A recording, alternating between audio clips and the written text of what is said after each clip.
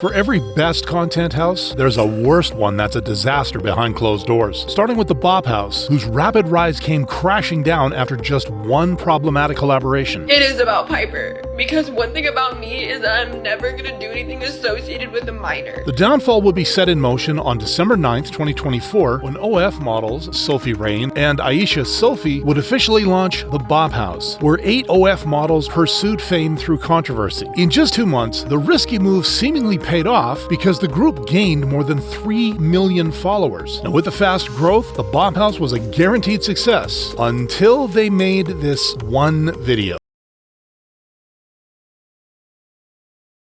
Underage influencer Piper Raquel, the Bop House has now turned from controversial to exploitative. Soon after, Joy May, one of the members, announced her departure. It is ridiculous that the Bop House would even do that when there's so many other people you can collab with that is overage. Forcing Aisha to try and save the situation 3 days later. You know what, guys? I would be just as mad as you if Piper was joining the Bop House, but that's not what's happening and that's not reality. Nevertheless, to get more views, the Bop House still posted videos with Piper until they eventually deleted them all, as they had more than a 50% decline in follower growth. Worse, Piper wasn't the only underage person afflicted by the group. Even one of the members' brothers was under fire. I get bullied. People just say shit and that pisses me off.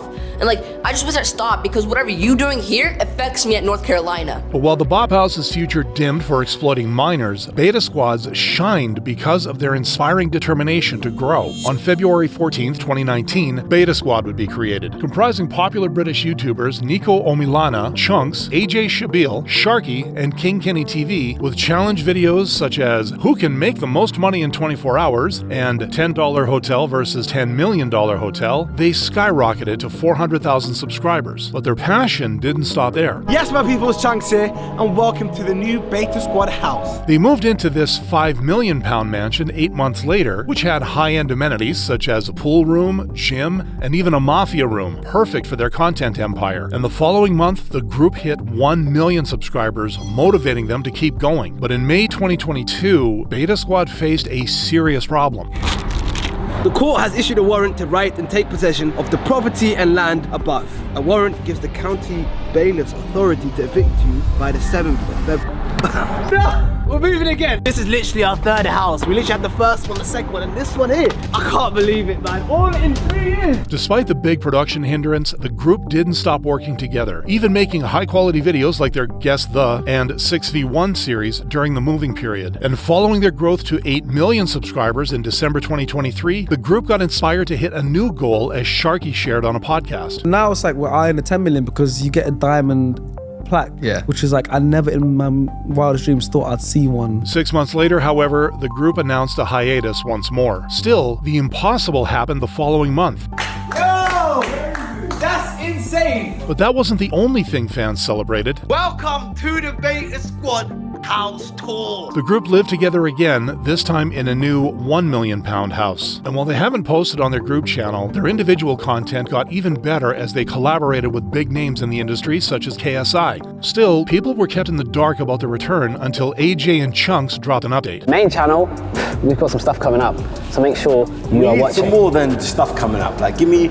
Okay, so we've been changing around the content. You know what? I'm gonna give something to you guys. Beta Squad AMP collab this year. And they didn't leave the fans hanging. But while Beta Squad just proved that their only direction is up, Team 10 is now well and truly down under after controversies and poor leadership. In May 2016, Jake Paul launched Team 10 and branded it as a unique incubator, promising aspiring creators fame. The idea attracted many creators like Alyssa Violet, Niels Visser, and the Dobre twins, who moved into Jake's luxurious LA mansion, and so Team 10 was solid, with each member getting known until everything shifted behind the scenes. Jake's kicking me out.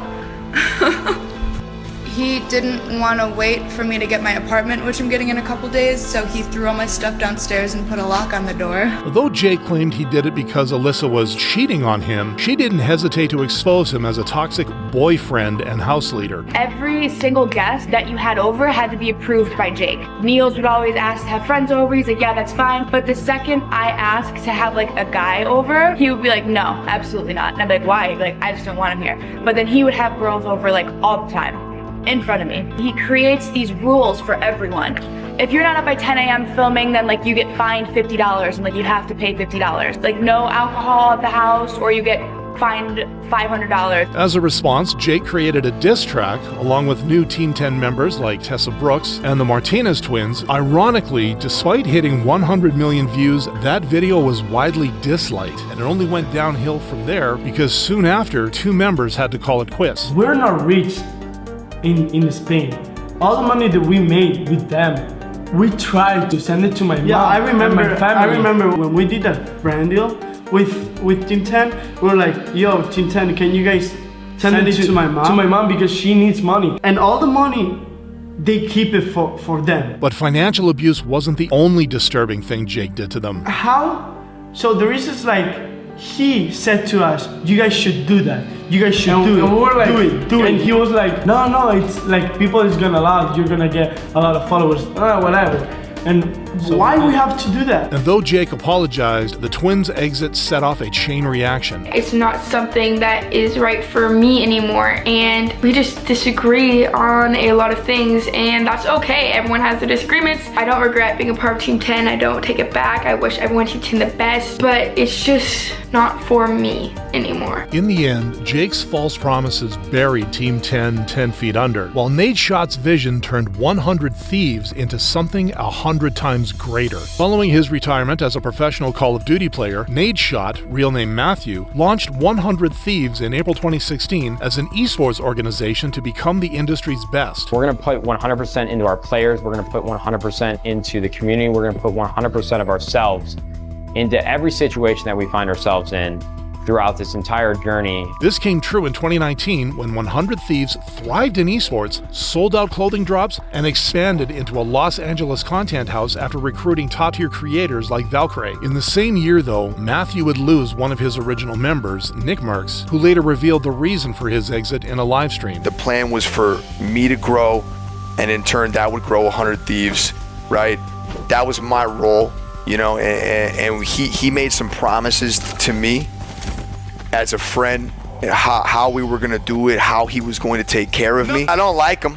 You know, him and I are not cool. Now, instead of making things worse, Nate Schott handled the situation properly. I have a lot of respect for what Nick has done with his career. I think he's one of the best at what he does as a content creator. I'm not going to make a comment or statement on the situation at hand. I just don't think that there's any point in having this back and forth. And this controversy didn't faze him as he concentrated on making 100 Thieves better, adding new team members like Courage, and later upgrading to a new house in March 2020. We have officially moved into a brand new home, brand new estate. Yeah. With 100 Thieves' continued success in content creation and competitive gaming, it didn't take long for the organization to get recognition and massive investments. We've raised $35 million from Artist Capital Management. Oh my God, that's a lot of money. $35 million. I never seen so much money in my life. Which Nate Schott put to good use by building the best gaming facility in the world. Despite the overwhelming success, Nate Schott made sure no one got left behind. You guys have invested your entire careers and what you've built up into this point so thoughtfully and so contagiously and so collaboratively throughout the years with this organization. And I don't think there's any greater honor than to welcome you guys as co-owners of this incredible team that we've built together. And as a result of Nate Schott's dedication to taking good care of his company and its people, the most satisfying thing happened. Your Esports Organization of the Year, presented by Lexus, is 100 Thieves. But that was just the beginning for 100 Thieves. Big news for the future of 100 Thieves. We've just raised $60 million for the future growth of our company. And though the content house ended 2 years later, it was for a good reason. I think the 100 Thieves Content House was a great chapter. It was a great journey. I think it did its job here in Los Angeles, but you guys are getting older. You guys have moved out, started your house journey. And with Nate Schott's continuous support for his members' individual growth, 100 Thieves continues to set the standard in the industry, unlike Vlog Squad, which faded into irrelevance along with its creator's downfall. Launched by former Vine star David Dobrik in 2015, the Vlog Squad quickly became YouTube's favorite group because of their energetic vlogs and viral stunts. And with the squad's fun content, they won the Streamy Award for Best Ensemble Cast 4 years later. We are like so incredibly grateful that we get to do this, and the fact that we get to do this all together and that we have such a strong friend group around is like, it means like the entire world. But in 2020, their strong bond would soon be challenged when their stunts went too far.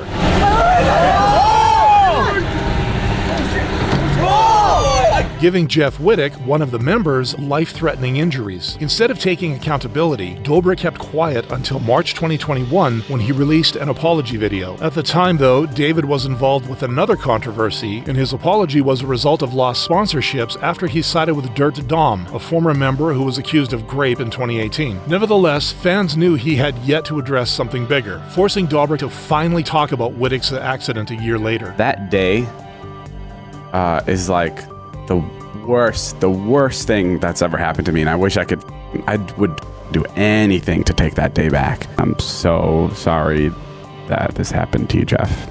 I'm so sorry. I wish it was easier. I wish it was easier to deal with this. For the damages, he sued Dobrik for $10 million, and as the legal battle dragged on, David took a step back from vlogging for 3 years. Even though David returned in January 2025, the friendships that had built the Vlog Squad never recovered, unlike offline TV, where trust and a genuine bond led them to where they are now. I'm happy to present the best content organization. The winner is Offline TV.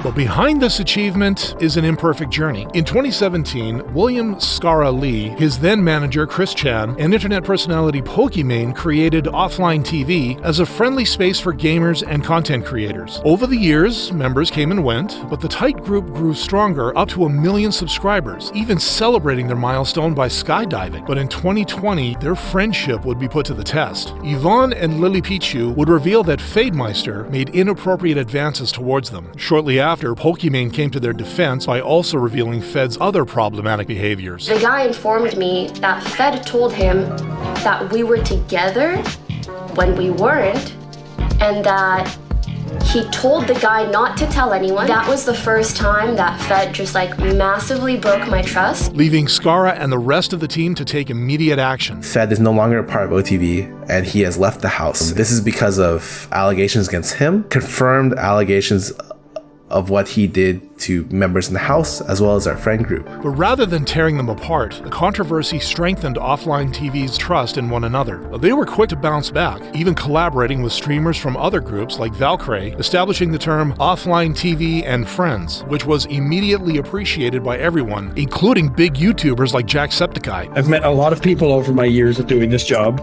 and even though everyone's like vying for the same sort of thing, everyone in this friend group like builds each other up constantly. And Offline TV sure did, even when one of them had to leave to pursue personal growth. You have done so much for Offline TV, and it wouldn't be what it is without you. And I know we all agree and believe this a lot. Because of all your contributions, we have a last minute present for you that we would like to. Happy graduation! Happy graduation!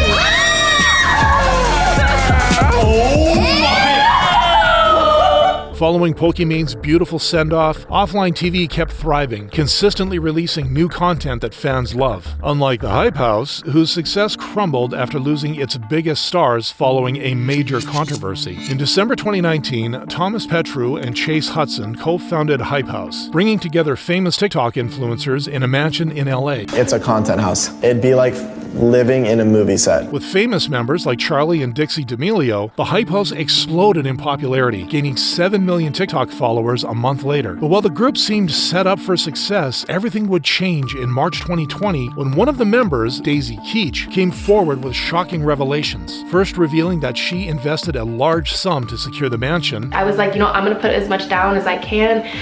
Chase had some money. We each put down $18K. Thomas put down about $5K. Then she exposed Chase and Thomas for not giving her credit. I get a call from my lawyer/manager. He told me, Daisy, aren't you a co-founder? Why you weren't given any recognition at all? All these news articles are saying that Thomas and Chase are the ones that started it. But even that wasn't the worst part. Thomas started to do really sketchy shit. He wouldn't give access to any of the emails. There was no transparency at all. We had no idea what brand deals were coming. He claims the Hype House has made no money, yet he's bragging about an $8,000 Cartier bracelet he just bought, a $10,000 cat.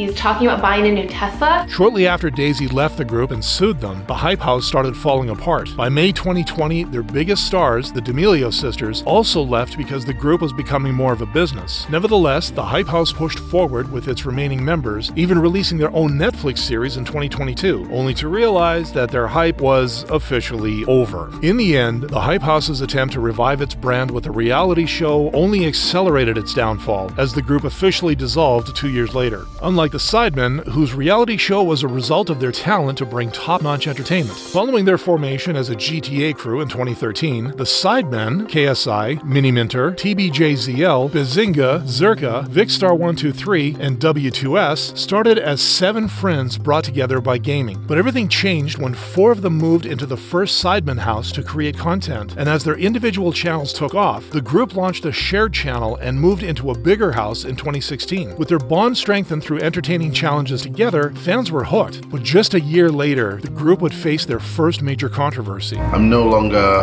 with the Sidemen. I will be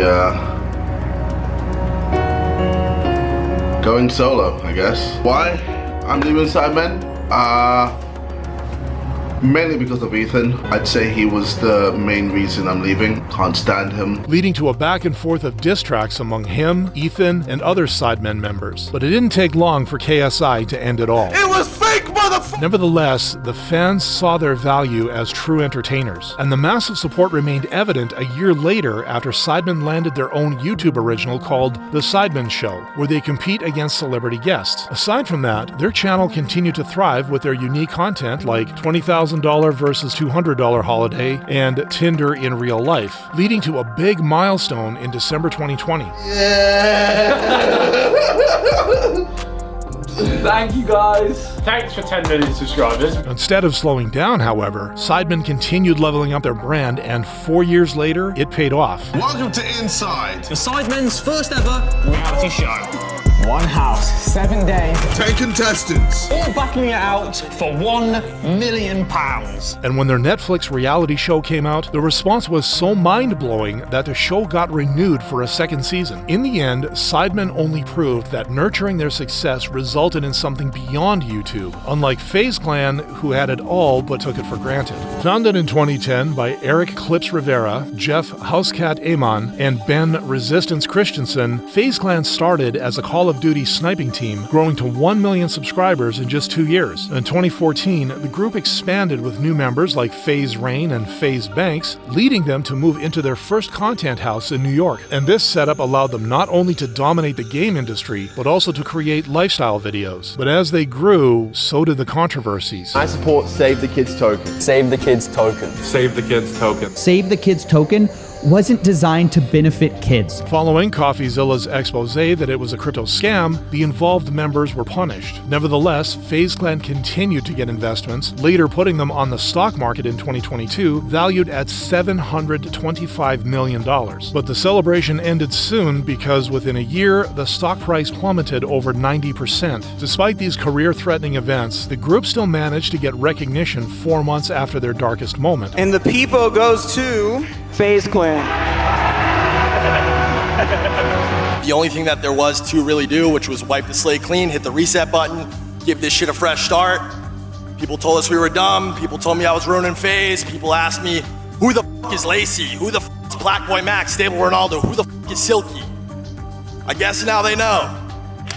But instead of using the moment to turn things around, they ruined their chance, leaving people thinking they should have just voted for AMP, a group whose high-energy content is just one of the many reasons they're so loved. Founded in 2019, AMP, or Any Means Possible, was composed of NBA 2K YouTubers and content creators Agent 00, I Am Davis, Phantom, and Duke Dennis to create engaging content beyond gaming. Initially, they struggled to get views with their high-action content until they invited a YouTuber to watch their basketball shoot. With Agent 00 recognizing Kai Cenat's infectious energy, he had no second thoughts about making him an official member in mid-2020. My guy, AMP Kai!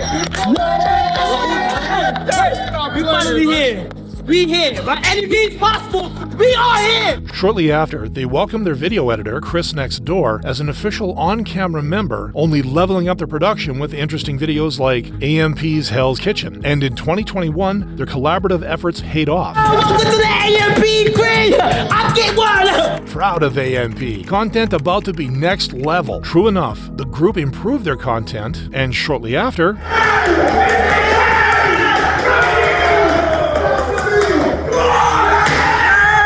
but aside from their milestones as a group, one member's victory was a win for them all, and Kai Cenat proved that when he won Streamer of the Year, not once. Also, AMP, Agent, Duke, Phantom, Chris, Davis, I love y'all, I wish I was here. But twice. Brianna, Chris, AMP, everybody who support me. And because of their brotherly love on top of their energetic content, it was no wonder why they got the Lifestyle Award right after. Hey man, we started this about 3-4 years ago with the goal of just building together something that we all collectively own, and at the core of it was just fantastic content. For a while, man, we felt like the underdogs, man, but it feels fantastic to finally be recognized. Appreciate it. And the recognition didn't stop there, as they also won the Streamer Award for Best Content Organization months later. But despite losing the award to FaZe Clan the following year, fans knew it was supposed to be theirs. AMP should have won. The chemistry, the energy, the consistency, the way they support each other. Nobody's doing it like them. Proving why they're one of the best content houses on YouTube.